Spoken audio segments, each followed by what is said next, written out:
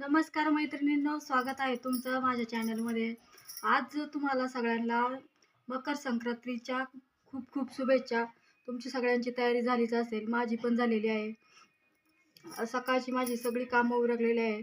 नंतर मी शूट घेतलेला आहे, आधी काही वेळ भेटत नाही. आज हिरव्या कलरची साडी मी घातलेली आहे. पिवळा कलर तर काय ह्या वर्षी संक्रांतीसाठी घालायचा नाही आहे. आणि आमच्या इकडे शक्यतो काळा कलर घातला जात नाही.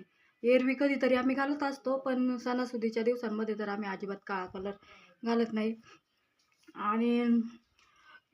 नाही आणि आज मग हिरव्या कलरची साडी, हे पाहू शकता तुम्ही, मेहंदी काढलेली आहे.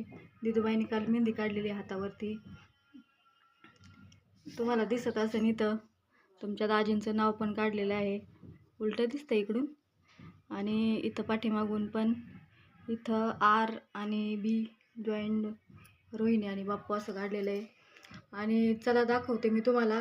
सुगड पूजन हे आमच्या इकडं संक्रांतीच्या दिवशीच केलं जातं. तसं मी पाहिलं मोबाईलमध्ये, काहींच्या इकडं भोगीच्या दिवशीच सुगड पूजन केलं जातं. तसं पण आमच्या इकडं संक्रांतीच्या दिवशी सकाळच्या वेळेस केलं जातं. तर दाखवते मी तुम्हाला संक्रांतीचं पूजन. आणि तुम्ही म्हणता हिने 2-3 टिकले का लावल्यात? हे माझ्या चुलत सासूबाई आल्या होत्या हळदी कुंकू लावायला सकाळच्या वेळेस, त्यांनी लावलं होतं असं वरती. मी खाली लावलेलं होतं टिकली, आणि ते मग मी पुसलं नाही, तसंच ठेवलं. बरं चला दाखवते मी तुम्हाला का आपण कशी सुगड पूजन केलेलं आहे.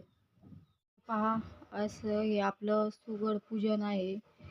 ही देवपूजा झालेली आहे. आज चाफ्याची, जास्वंदाची आणि गुलाबाची अशी 5 फुलं आणून मी देवाऱ्यावर ठेवलेली आहे. दिवाबत्ती केलेली आहे.